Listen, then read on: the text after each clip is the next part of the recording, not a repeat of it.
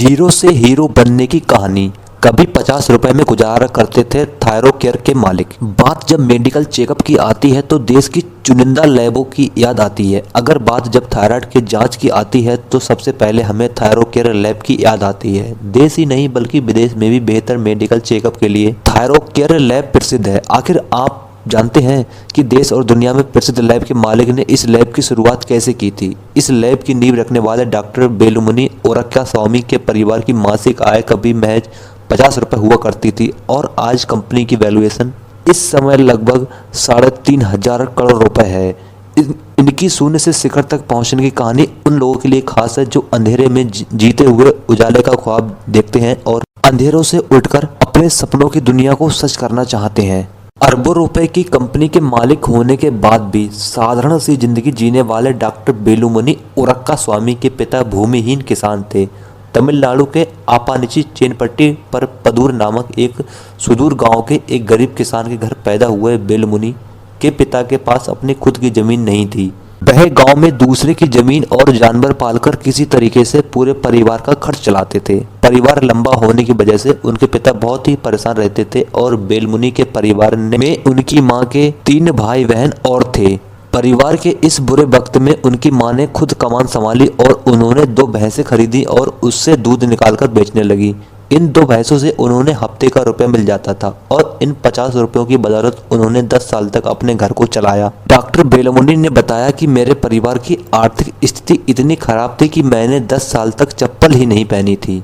दोस्तों, आप ही सोचो कि जिस व्यक्ति ने 10 साल तक चप्पल नहीं पहनी हो तो उसका जीवन कैसा रहा होगा। तो चलिए कहानी में और अगले बढ़ते हैं। परिवार की आर्थिक स्थिति ठीक न होने के कारण 1979 में उन्होंने 19 साल की उम्र में ही जोमिनी कैप्सूल्स कंपनी में नौकरी शुरू कर दी थी। डॉक्टर बेलमुनी के गांव से शहर कॉलेज में पढ़ने आने की वजह ये थी कि पढ़ाई अगर नहीं करेंगे तो शादी अच्छी लड़की से नहीं होगी वरना मुश्किल है। 19 साल की उम्र में बीएससी की डिग्री प्राप्त करने के बाद डॉक्टर बेलमुनी ने कोयम्बटूर में एक कंपनी में केमिस्ट के तौर पर काम शुरू किया और इन्हें महीने के 150 रुपए मिलते थे। यहाँ पर मिलने वाले रुपए में अपने पास वह स्वयं 50 रुपए रखते थे और इसके अलावा 100 रुपए वह अपनी माँ को भेजते थे। उनकी माँ उन पैसों से परिवार का गुजारा चलाया करती थी।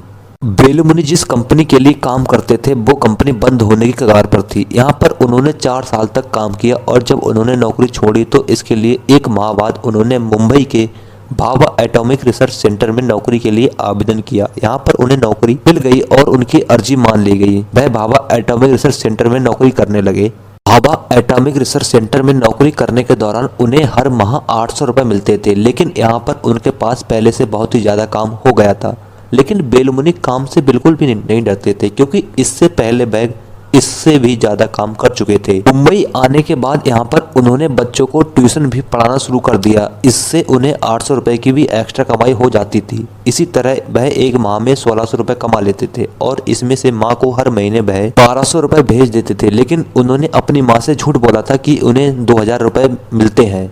उनके झूठ बोलने की वजह थी कि यदि अब वह अपनी माँ से कहेंगे कि उन्हें पैसे कम मिलते हैं तो उनकी माँ उन्हें गांव बुला लेंगी। लेकिन उन्हें मुंबई में ही रहना था और पैसे कमाना था, इसलिए उन्होंने अपनी माँ से झूठ बोला था। भाभा में नौकरी करने के दौरान ही उन्होंने स्टेट बैंक ऑफ इंडिया में नौकरी करने वाली महिला सुमादी से शादी कर ली। भाभा में नौकरी करने के दौरान ही उन्होंने थायराइड में पीएचडी की डिग्री भी पूरी कर ली और अब वे डॉक्टर बेलमुनी हो गए। पीएचडी की डिग्री करने के दौरान ही उन्हें समझ में आ गया था कि थायराइड के फील्ड में टेस्ट करके लोग बहुत पैसे कमा रहे हैं, तो फिर मैं क्यों नहीं कमा सकता। आखिरकार वह समय आ ही गया और 37 वर्ष की उम्र में 1995 में उन्होंने नौकरी से रिजाइन कर दिया और प्रोविडेंट फंड में जमा 1 लाख रुपए से दक्षिण मुंबई में बायकुला में एक टेस्टिंग लैब शुरू कर दी और इस लैब को शुरू करने में उनके भाइयों और उनकी बीवी ने पूरा सपोर्ट किया उनके लिए। मुंबई में एक छोटी सी जगह से थायराइड के लैब का काम शुरू करने वाले डॉक्टर बेलमुनी का काम बढ़ गया। उन्होंने देश भर के अलग अलग हिस्सों में पहले सिर्फ सैंपल लैब खोले और इसकी टेस्टिंग मुंबई के सेंट्रल सेंटर में किया जाता था और 3 साल में ही इस कंपनी का वैल्यूएशन दोगुना यानी कि 1 करोड़ 3 लाख से भी ऊपर हो गया। आज उनकी कंपनी के 1122 से अधिक आउटलेट्स हैं। कंपनी के आउटलेट्स भारत, बांग्लादेश, नेपाल, मध्य पूर्व समेत कई मुल्कों तक फैले हुए हैं। उन्होंने वर्ष 2011 में नई दिल्ली की कंपनी CX पार्टनर्स ने थायरोकेयर में 30% स्टॉक खरीद लिया है। आज की तारीख में थायरोकेयर करोड़ नहीं बल्कि अरबों की कंपनी है और डॉक्टर उरक्का स्वामी बेलमुनि की संपत्ति आज तकरीबन 2200 करोड़ से भी ज़्यादा की है। और उनकी थायरोकेयर कंपनी में बेलमुनि की लगभग 66% से ज़्यादा हिस्सेदारी है, जो लगभग